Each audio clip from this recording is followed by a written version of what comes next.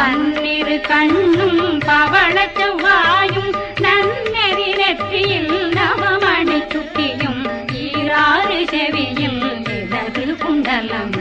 ஆறிரு தென்புய தழகிய மார்பில் பல்பூஷணமும் பதக்கமும் தரித்து நன்னணி பூண்ட